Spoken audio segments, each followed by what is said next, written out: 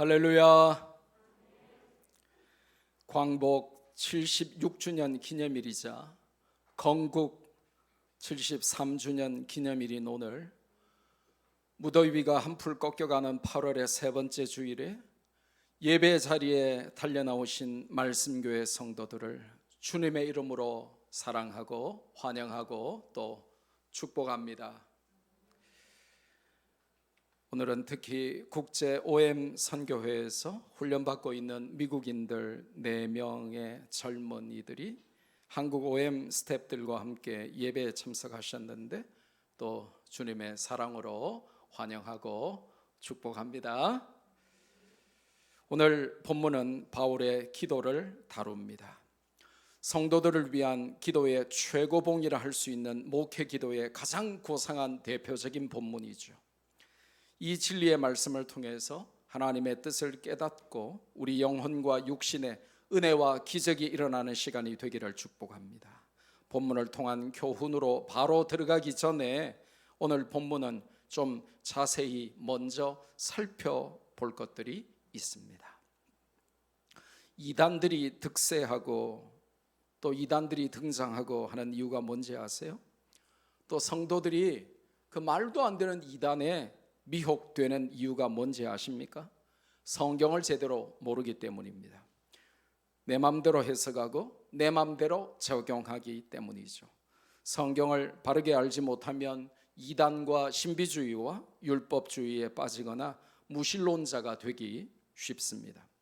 본문을 제대로 읽으면 성경을 이해하기가 쉬워지고 올바른 적용의 강조점을 찾을 수 있게 됩니다. 그래서 reading through the Bible, 이 성경을 자세히 정확히 보는 훈련을 해야 하는 것입니다. 오늘 성경을 자세히 보면 성경이 말씀하시려고 하는 게 드러납니다. 먼저 기도의 대상이 등장하죠. 기도의 대상으로서의 하나님이 묘사되고 있습니다. 하나님은 어떤 분이신가 하는 게 나오죠. 14절과 15절에 보니까 하늘과 땅의 각 족속에게 이름을 주신 아버지라고 정확하게 기도의 대상을 언급하고 있습니다. 한글로 각 족속이라고 번역된 헬라어는 파사파트리아인데 영어로는 the whole family 이렇게 번역을 했어요. 무슨 뜻입니까? 모든 성도는 한 가족이라는 말입니다. 교회는 하나님을 아버지로 믿고 섬기는 가족 공동체이며 사랑과 이해와 협력과 헌신이 필요한 가족 관계라는 것입니다. 교회는 가족 공동체고 가족 관계다, 이거를 성경이 설명해 준다는 것입니다. 하늘과 땅의 각 족속, 파사 파트리아, the whole family, 온 교회가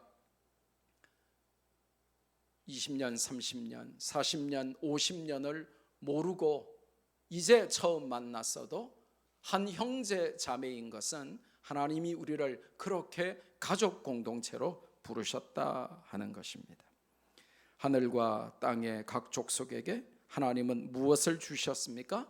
오늘 성경에 보니까 이름을 주셨다라고 말씀하십니다.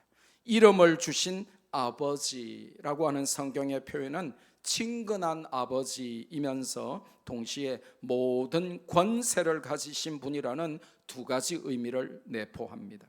이름을 지어주실 만큼 가장 친근하고 또한 가장 절대적인 권위를 가진 분이 하나님이시라는 것이죠. 그러니 내 아버지이면서 하늘과 땅의 절대 주권자이신 하나님께 기도한다 하는 것입니다. 퀴즈 하나 낼까요? 여러분 집에 귀한 자녀가 태어나면 그 귀한 자녀의 이름을 누가 지어야 할까요?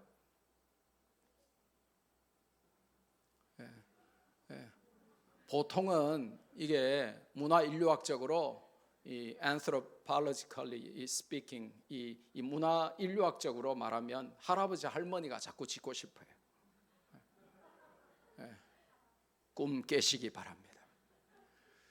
성경적으로 자녀의 이름은 엄마도 짓고 싶을 거예요. 언니, 오빠, 형님, 누나도 짓고 싶어 죽을 거예요. 외할아버지 외할머니도 막 지으려고 막 덤비고 그래요. 그런데 누가 지어야 하냐? 성경에 보면 아이의 이름은 누가 지어야 할까요? 그렇죠, 아버지가 지어야 하는 것입니다. 엄마들 꿈 깨세요. 물론 아버지를 조정하세요. 그러면 됩니다. 어쨌든 간에 그 이름은 아버지 입에서 최종 불려져야 해요. 할아버지 할머니들 특히 욕심 부리면 안 돼요. 아이를 낳으면 그 아이의 이름은 아빠가 짓는 것입니다. 조부모나 엄마가 섭섭해도 이름은 아버지가 짓는 것입니다. 모든 만물에게 이름을 주신 분은 하나님 우리 아버지시다, 그렇게 성경이 기록합니다. 여러분 그거 아세요? 새로운 별자리가 발견됐다. 그러면 그 이름을 누가 짓죠? 새로운 물질이 발견됐다. 그러면 그 이름을 누가 짓죠? 세균이 새로 발견됐다. 그럼 그 이름을 누가 짓죠? 모든 것들은 발견자가 명명하는 것입니다. 이것이 국제 관례입니다. 우주 만물은 하나님께서 창조하셨기 때문에 하나님께서 이름을 주시는 것이 당연하고, 그래서 오늘 성경은 모든 만물에게 이름을 주신 아버지라고 하나님을 묘사합니다. 내 이름을 아시는 아버지께서 내 기도를 들으실 것이기 때문에 우리는 다른 죽은 허무한 신들이 아니라 내게 이름을 주시고 내 기도를 들으시는 살아계신 하나님 아버지께 기도한다는 것입니다. 두 번째로 오늘 본문을 자세히 읽으면 기도의 자세가 나옵니다. 어떤 자세로 기도했는가 하는 게 등장하는 것이죠. 오늘 성경에 특별한 내용이 등장해요. 아버지께 기도를 하는데 어떻게 합니까? 무릎을 꿇고 기도한다, 이렇게 기록이 되어 있습니다. 이게 왜 특별합니까? 원래 유대인들은 어떻게 기도했을까요? 주로 서서 기도했습니다. 성경에 봐도 서서 기도했어요. 창세기 18장 22절에 보면 아브라함도 하나님 앞에 서서 기도했습니다.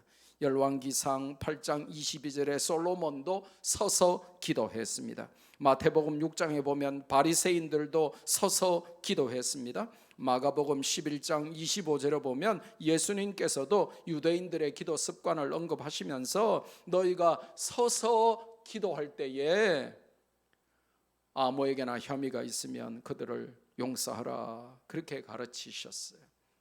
그래서 이게 서서 기도하는 것, 이게 유대인들에게 기도하는 습관이었습니다.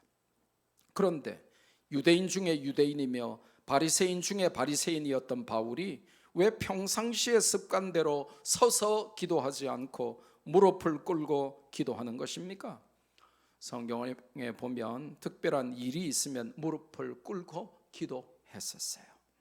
에스라 9장 5절에 보면 에스라가 이스라엘의 이방 결혼을 마음 아파하면서 하나님 앞에 회개하면서 민족을 대신하여 무릎을 꿇고 기도했습니다. 누가복음 22장 41절에 보면 예수님께서도 겟세마네 동산에서 무릎을 꿇고 기도했습니다. 무슨 뜻입니까? 평상시에는 서서 기도하지만 특별한 일이 있으면 무릎을 꿇어 기도하는 것입니다. 무릎 꿇음은 완전한 복종과 total submission, 완전한 복종과 간절함의 결정판입니다. 관절을 꺾어가면서까지 간절하게 하나님을 찾는 자녀들에게 하나님은 응답하실 수밖에 없는 것입니다. 문제는 우리가 서서 기도하거나 앉아서도 안 하는 기도를, 그렇게 편하게 하는 기도도 안 하는 기도를 언제 평생에 무릎을 꿇고 불편하게 관절을 꺾어가며 그렇게 간절히 기도하겠냐 하는 것입니다. 여러분은 최근에 무릎을 꿇고 기도해 보신 적이 있습니까? 세 번째로 오늘 성경을 자세히 읽어보면 기도의 내용이 등장하죠. 무엇을 기도했습니까? 자세가 아무리 좋고 간절해도 기도의 내용이 빈약하면 아무 소용이 없어요. 바울은 무릎을 꿇고 하나님께 무엇을 기도했습니까? 무릎을 꿇고 기도했는데, 주여 소셜 스터디 시험 치는데 100점 받게 해주옵소서. 그거 좀 유치찬란해요. 무릎 꿇고 기도했는데 오늘 엄마가 나에게 밥을 많이 주게 해주옵소서. 그건 참 유치찬란한 것입니다. 무릎 꿇고 기도하면서 비록 오늘 제가 밥을 5끼 먹었지만 살이 안 찌게 해주옵소서. 그건 참 유치찬란한 기도입니다. 무릎을 꿇고 관절을 꺾어가며 간절히 기도했다면 그에 걸맞는 내용이 있어야 할 것 아닙니까? 바울은 무릎을 꿇고 하나님께 무엇을 기도했습니까? 엄청난 것을 기도했습니다. 여러분, 목사에게 기도를 요청할 때 여러분을 위하여 비본질적인 것만 기도해주는 목사가 되지 않도록 목사에게 기도 제목을 좀 본질적인 것을 요청해 주세요. 매일 먹고 자고 일하고 살아가는 그게 나쁘다거나 혹은 안 중요하다는 말이 아닙니다. 그럼에도 불구하고 그것보다 더 중요한 이센셜한 본질적인 것이 있다, 그렇게 성경이 가르치고, 목사는 여러분의 모든 것을 위하여 기도하지만 오늘 본문에 바울이 기도한 것처럼 성도들을 위하여 기도할 더 본질적인 것을 위하여 기도해줘야 진짜 목사라는 것입니다. 여러분이 목사에게 기도를 요청할 때에 매일 무엇을 먹을까, 무엇을 입을까, 무엇을 마실까, 육신의 결핍만 기도해달라고 요청하면 너무나 비상적인 기도 제목만 주는 거예요. 내 영혼이 잘된 같이 범사가 잘 되도록 기도를 부탁해야 되는데, 범사만 잘 되고 영혼은 I don't know, I don't care, 그렇게 하면 안 된다는 것입니다. 바울은 성도들을 위하여 무엇을 기도했습니까? 속 사람이 성령의 능력으로 강건하게 되도록, 이 inner being, 이 속 사람을 위하여 바울 목사님이 에베소 성도들을 위하여 기도해 줬다. 이게 굉장히 우리가 오늘 주목해야 될 내용입니다.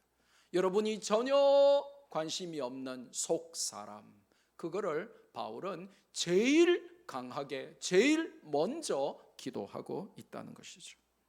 성도 여러분, 겉사람보다 속사람이 100만 배 더 중요합니다. 결혼할 때는 껍데기 외모보다 속마음이 훨씬 더 중요합니다. 우리 미혼 여러분, 껍데기에 썩으면 안 돼요.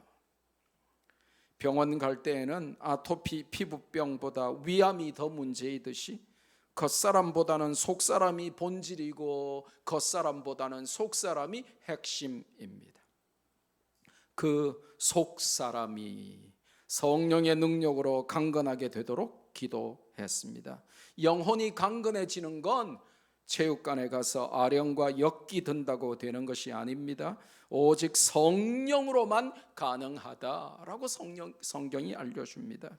내가 영적으로 허약해서 매일 넘어지고 시험에 들고 믿음의 낙오자가 되는 이유는 성령 충만함을 받지 못해서입니다. 성령으로 강건함을 달라고 기도해야 돼요.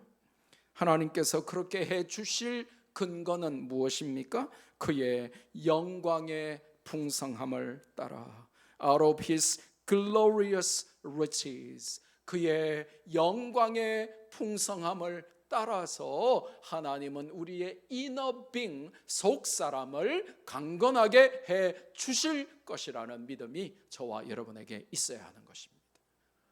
여러분이 잘 먹고 잘 사는 것도 중요하고 잘 나가는 것도 중요하지만, 목사는 여러분의 속사람이 성령의 능력으로 강건하게 되는 게 더 중요하다는 것입니다.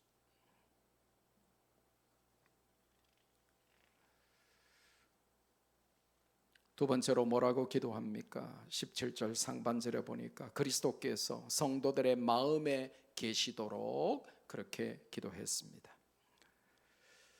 17절에 계시다로 번역된 이 헬라어 단어의 원형은 카토이케오인데 영어 성경은 dwell이라고 번역을 했습니다. 근데 이 카토이케오, 이 dwell, 계시다 이렇게 번역된 이 단어는 정착해서 settle down 해서 거주한다 이런 뜻입니다. 잠시 체류하는 것이 아니고 단회성 방문하신 것이 아니고 영원한 정착을 말하는 단어가 한글로 계시다 혹은 영어로 dwell이라고 번역이 된 카토이케오라고 하는 헬라어 단어의 뜻입니다. 예수님께서 성도들의 마음에 정착하고 영원히 내주하여 계시기를 기도한 것입니다. 그러기 위해서는 믿음으로 말미암아 through faith, 믿음으로 말미암아라는 표현에 주목해야 합니다. 믿음이 아니면 예수님을 내 안에 거하시게 할 수가 없어요. 예수님은 나의 능력이나 재력이나 외모나 학력을 보시고 내 안에 거하시는 것이 아니라 나의 믿음을 보시고 내 속에 거하시기 때문입니다.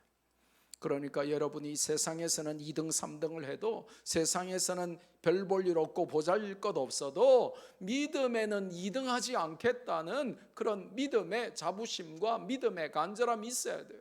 왜냐? 내가 그리스도가 내 속에 거하게 하실 수 있는 것은 through faith in Christ, 예수 그리스도 안에 있는 믿음 외에는 불가능하다는 것입니다. 우리가 아무리 잘나고 대단해도 예수님이 내 속에 머물 수 없어요. 믿음이 없으면. 바울은 또한 성도들이 그리스도의 사랑을 알도록 기도했습니다. 어떤 사랑이죠? 지식에 넘치는 사랑. Christ's love that surpasses knowledge. 사람의 지식을 초월하고 뛰어넘는 그리스도의 측량할 수 없는 사랑, 그 사랑을 사람들이 억만분의 1이라도 알도록 성도들을 위해서 기도한 것입니다. 인간의 지식으로서는 측량하거나 이해할 수 없는 그리스도의 생명을 주신 사랑을 알도록 기도한 것이죠. 그러기 위해서는 성경에 뭐라고 되어 있습니까? 성도들이 서로 사랑하여 사랑 가운데 뿌리가 박히고 사랑 안에서 터가 굳어져야 한다고 알려주시죠. 무슨 말입니까? 사랑을 주고 받고 사랑을 나누고 사랑을 경험하기 전에는 우리의 지식을 초월하는 지식에 넘치는 그리스도의 사랑을 결코 알 수가 없는 것입니다. 그러니까 성경은 성도가 서로 사랑하라 이렇게 가르치는 것입니다. 그리스도의 사랑을 알기 위해서라도 너희는 서로 사랑하라 그렇게 알려줍니다. 지식을 초월하는 그리스도의 사랑은 도대체 어떤 사랑입니까? 19절 상반절에는 그 너비와 길이와 높이와 깊이가 어떠함을 깨닫기를 바울은 기도하고 있죠. 그리스도의 사랑은 무한하다 이 말입니다. 그 사랑의 너비를 알 수 없고 그 사랑의 길이와 높이와 깊이를 알 수 없지만 그걸 알려고 깨달으려고 노력해봐라. 그리스도의 사랑은 무한대다. 그걸 알려주는 것입니다.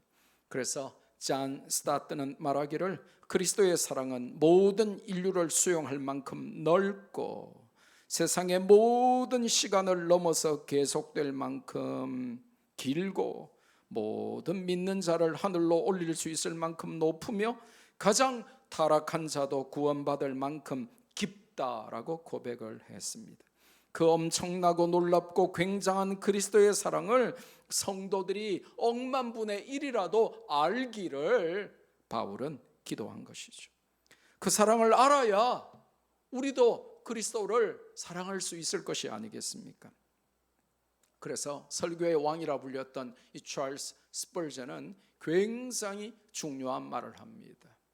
I'd rather be blind, deaf and dumb and lose my taste and smell than not love Christ. 무슨 말입니까? 그리스도를 사랑하지 않는 것보다 차라리 나는 소경이 되고 귀머거리가 되고 벙어리가 되고 미각과 후각을 잃는 것이 더 낫겠다. 내가 그리스도도 사랑하지 않는데 내가 눈으로 보면 뭐하며 귀로 들으면 뭐하고 입으로 말을 잘하면 뭐하고 맛있는 거 많이 먹고 냄새 잘 맡으면 뭐하냐. 그리스도도 사랑 안 하는데. 그리스도를 사랑하지 않을 바에야 나는 차라리 저렇게 비참하게 되는 게 더 낫겠다. 그 말은 무슨 말이에요? 나는 그 어떤 것보다 그리스도를 더 사랑하고 싶다 하는 고백이겠죠. 따라서 바울은 하나님의 모든 충만하심에 이르기까지 성도들도 충만해지기를 간구했습니다. 하나님으로 충만해야 하는 이유는 뭡니까? 그렇지 않으면 세상으로 충만해지기 때문입니다. 매우 단순하죠. 하나님으로 충만해지는 비결은 무엇입니까? 나를 비워야 하나님으로 가득해질 것 아니겠습니까? 내 안에 내가 너무나 많고 내 안에 내가 가득한데 하나님이 들어오실 이 room for God, 하나님의 임재하실 공간이 없는 거예요. 나를 비워야 하나님으로 충만해지는데 내 자아가 너무 가득하고 내 이기심과 내 욕심이 너무 가득한 것입니다. 신앙의 최종 목표는 하나님 닮는 것입니다. 사람은 자기가 바라보는 것을 닮게 되어 있죠. 세상만 바라보면 세상을 닮고 하나님 바라보면 하나님을 닮는 것입니다. 그러면 오늘 본문이 우리에게 주시는 교훈은 무엇입니까? 적용하고 실천할 것은 무엇입니까? 본문을 제대로 읽으면 적용과 실천을 위한 교훈이 저절로 깨달아지게 되어 있어요. 저는 오늘 그걸 세 가지로 여러분에게 프로젝트로 표현을 한번 해봤습니다. 첫째로는 속사람 프로젝트입니다. Inner Being 프로젝트예요. 영적인 강건함과 충만함에 관심을 좀 갖자 하는 속사람 프로젝트를 여러분 인생에 새롭게 시작하라는 것입니다. 우리는 육신의 건강에는 관심이 참 많죠. 저도 50대 중반을 넘어가니까 매일 챙겨 먹는 영양제가 5알이나 됩니다. 작년까지만 해도 3알이었는데 올해 2알이 늘었어요. 원래 1알도 안 먹었거든요. 50 넘어갈 때까지. 그런데 이 딸내미가 약대에 다닌다고 뭐 아빠에게 하도 뭐 이렇게 뭐라 하고 혼내고 막 아는 척하고 막 이러니까 아이고 이 건강을 진짜 챙겨야 되는갑다 하고 막 하도 건강 안 챙긴다고 딸내미한테 혼 많이 나가지고 이제 1알씩 먹다 보니까 벌써 제가 매일 챙겨 먹는 영양제만 5알이나 돼요. 정신적으로도 제가 나태해지거나 안일해지기 싫어서 독서량도 훨씬 많이 늘리고 책값도 많이 지출하고 중단했던 학문적인 공부도 하고 정서적인 안정도 누리려고 하고 말도 좀 천천히 해보려고 하고 화도 좀 안 내려고 하고 그러면서 이제 몸부림을 치는 것이죠. 여러분도 육신적, 정신적 건강을 매우 소중히 여길 것입니다. 그런데 여기에 이제 질문이 등장하는 것이죠. 영적인 건강, 속사람의 건강에는 우리가 얼마나 관심이 있는가 하는 것입니다. 영적 무기력증에 빠지면, 이 spiritual lethargy에 빠지면 2가지 치명적 결과가 도래합니다. 육신에만 민감해지고 마귀의 밥이 되고 맙니다. 오늘 말씀을 근거로 속사람 프로젝트를 시작하십시오. 그래야 영이 살고 영이 살아야 육도 덩달아 살아납니다. 이게 참 신기해요. 영, 육이 연결되어 있어가지고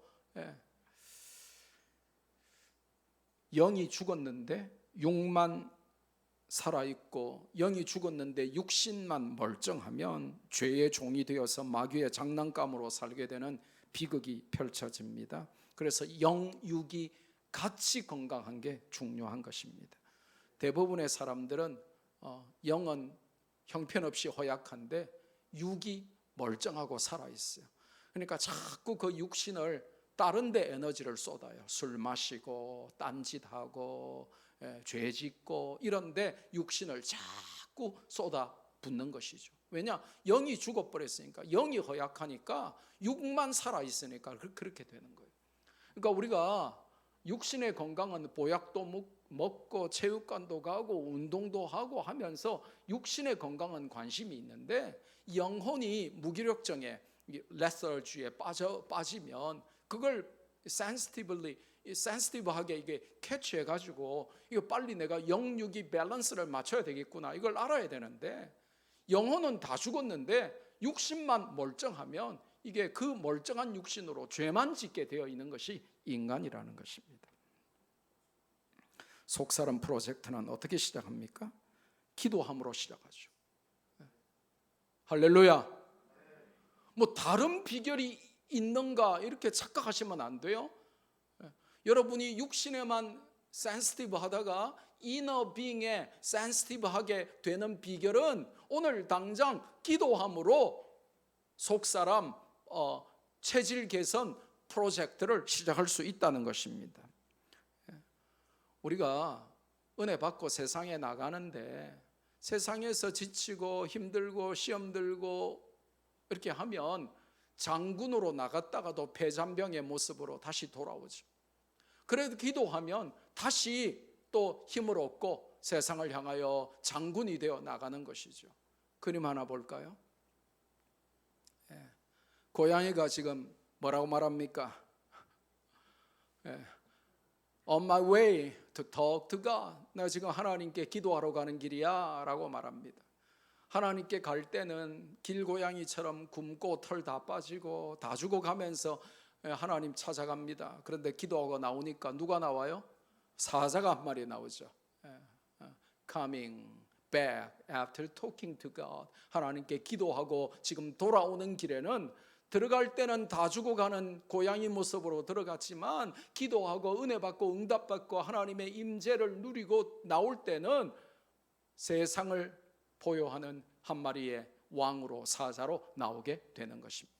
이게 기도의 모습인 것이에요. 이게 우리의 이너 빙을, 속사람을 새롭게 하는 이 속사람 프로젝트가 되는 것입니다. 언제까지 다 죽어가는 고양이 한 마리로 살 것입니까? 하나님은 우리를 세상을 지배하는 예수의 이름으로 세상을 지배하도록 그렇게 왕의 자녀로 부르셨어요. 그러니까 우리가 이 기도함으로 속사람 프로젝트를 시작하는 것이죠. 겉사람은 악기나 아령으로 건강하게 만들지만 속사람은 기도로 만듭니다. 고양이가 사자로 변신하는 비결이 바로 기도입니다. 두 번째 프로젝트는 대변신 프로젝트입니다. 트랜스포메이션 프로젝트죠.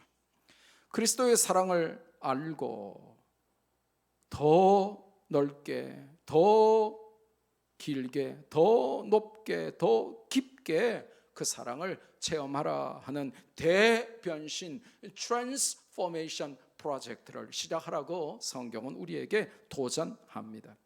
여러분, 고대 이제 올림픽이 가장 최초로 1896년에 그리스에서 시작이 됐잖아요.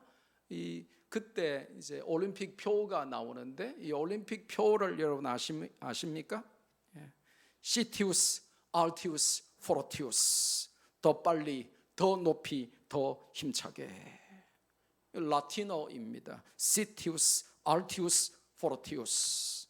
더 빨리, 시티우스, 알티우스, 더 높이, 포르티우스. 뭐 이거는 음악 하시는 분은 다 알죠. 포르테, 더 세게, 더 강하게, 이제 이런 말이죠. 오늘 성경이 우리에게 영적인 올림픽 표를 제시하면서 게으르고 육신지향적이고 형식에 치우친 우리의 믿음 생활에 진정한 활력을 주문하고 있어요. 우리를 믿음의 국가대표로 바꾸시려는 명조련사이고 명감독이신 하나님께서 우리를 훈련하시는 대변신 프로젝트를 시작하신 것이죠. 저는 늘 생각합니다마는 인생은 체험 삶의 현장입니다.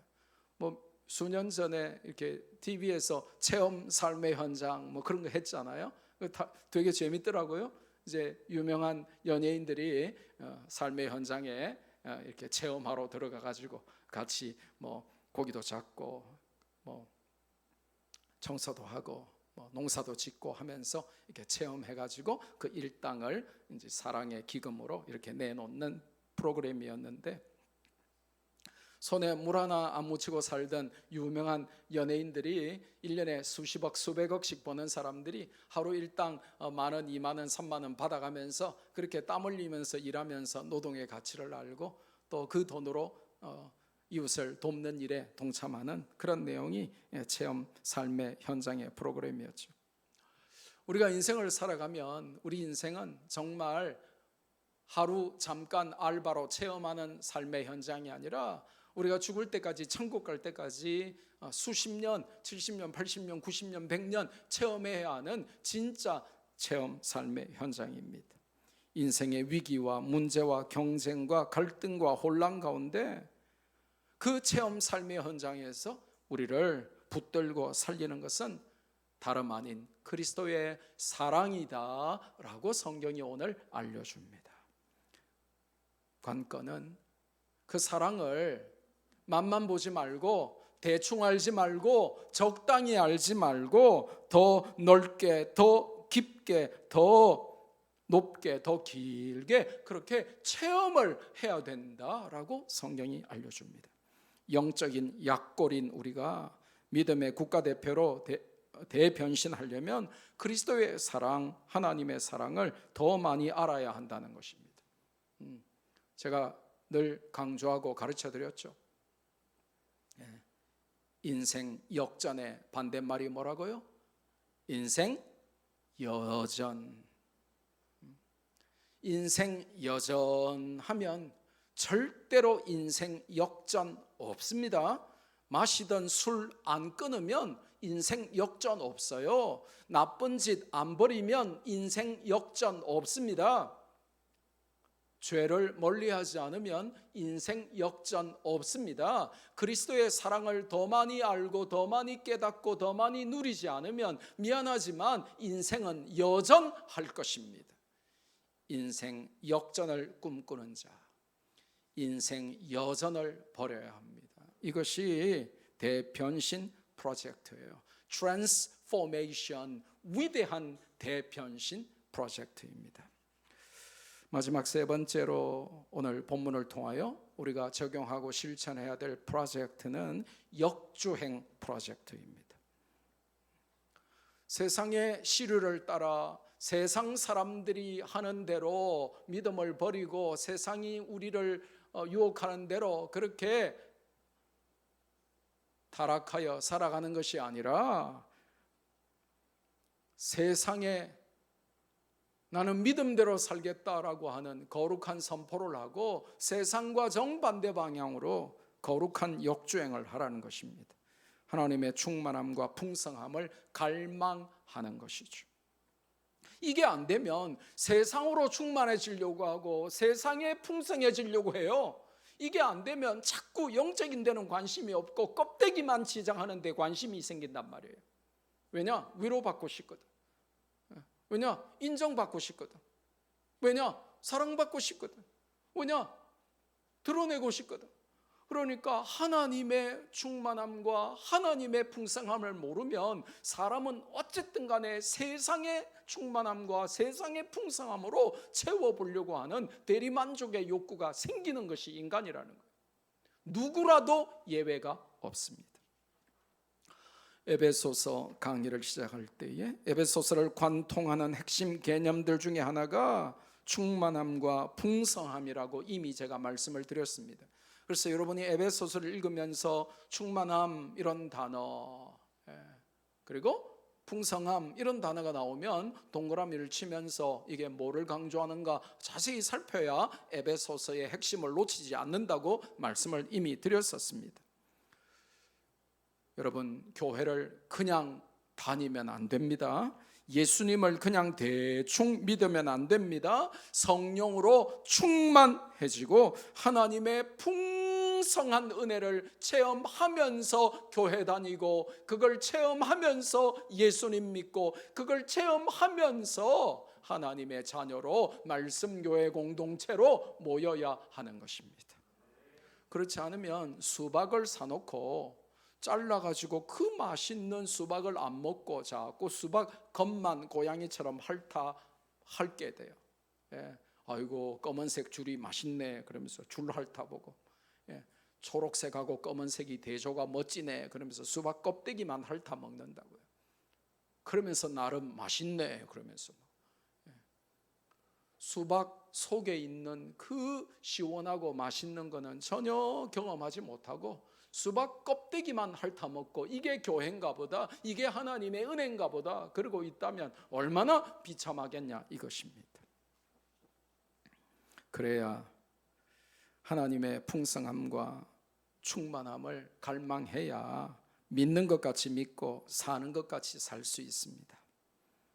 그렇지 않으면 믿는 것 같이 믿지 못하고 사는 것 같이, 하나님이 우리를 살아라고 부르신 그 부르심의 그 삶을 살아내릴 수가 없어요. 세상을 향해 달려가던 발걸음을 멈추고 믿음의 역주행, 거룩한 역주행을 시작하십시오. 남들이 다 세상을 향해 전력 질주하며 달려가도 나는 하나님을 향해 거룩한 믿음의 역주행으로 전력 질주를 하도록 그렇게 우리는 부름받았음을 잊지 마시기를 바랍니다.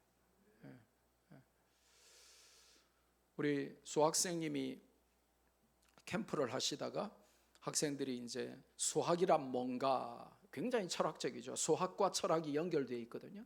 그러니까 수학 선생님이 첫 시간에 학생들에게 수학이란 뭔가 너의 생각을 적어내라. 그리고 왜 수학을 공부해야 되는지 적어내라. 이런 질문을 했단 말이에요.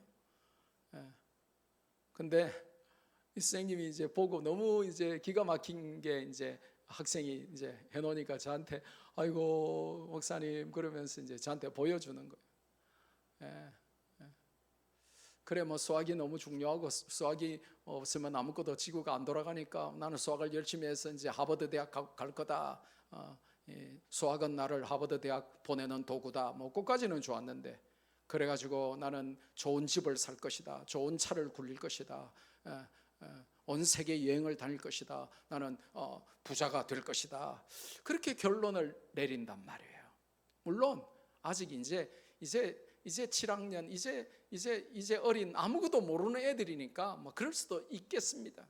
근데 7학년인데 그러면 뭐 아직 몰라서 그럴 수도 있지만 20살인데 그러고 30살인데 그러고 40살인데 그러고 50이 됐는데도 그러면 문제가 심각해진다는 것이죠.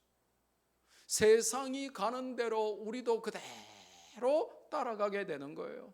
돈 많이 벌어서 좋은 차 타고 좋은 집에 살고 온 세계에 다니고 과시하고 의시되고 플렉스 하면서 돈 확 뿌리면서 길 가다가 주웠다 그러면서 막 누구 돈 다 주고 막 그렇게 의시되고 살아보는, 그게 우리의 삶의 하나님의 부르심의 목적이 아니라는 것입니다. 하나님 안에 있는 풍성함, 그리스도 안에 있는 충만함, 그거를 알고, 그래서 내가 돈을 벌어도 좋은 대학을 나와도 좋은 직장을 다녀도 그 모든 것을 가지고 그 충만함과 풍성함을 모르는 자들에게 예수 그리스도의 복음을 전해서 그들도 내가 누리는 하나님 안에 있는 이 풍성함과 충만함을 누릴 수 있도록 나의 물질과 나의 학력과 나의 세상의 성공이 쓰임받도록 그렇게 기도해야 세상과 다르게 가는 믿음으로 정면 승부를 하고 진검 승부를 하고 믿음의 역주행을 하는 삶이 바로 그런 삶이라는 것입니다. 말씀했습니다. 사도 바울은 에베소 교회 성도들을 위해서 하나님 앞에 무릎 꿇고 기도했습니다. 저도 담임 목사로서 성도들을 위해서 무릎 꿇고 기도할 것을 결단했습니다. 그 바울의 무릎 꿇고 기도한 결과로 바울의 기도 내용들이 그들에게 나타난 것처럼 우리 말씀교회 성도들에게도 응답과 현실로 나타날 수 있기를 주 예수 그리스도의 이름으로 축복합니다. 받은 말씀 붙들고 우리 한번 기도할까요?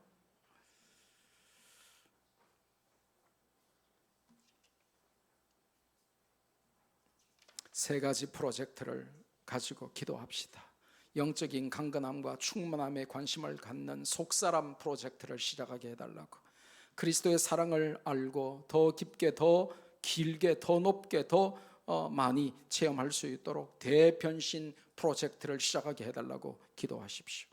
그리고 하나님의 충만함과 풍성함을 갈망하며 세상이 가는 대로 흘러가지 않고 거룩한 믿음의 역주행 프로젝트를 시작할 수 있도록 이렇게 오늘 받은 말씀 붙들고 함께 소리내어 기도하겠습니다.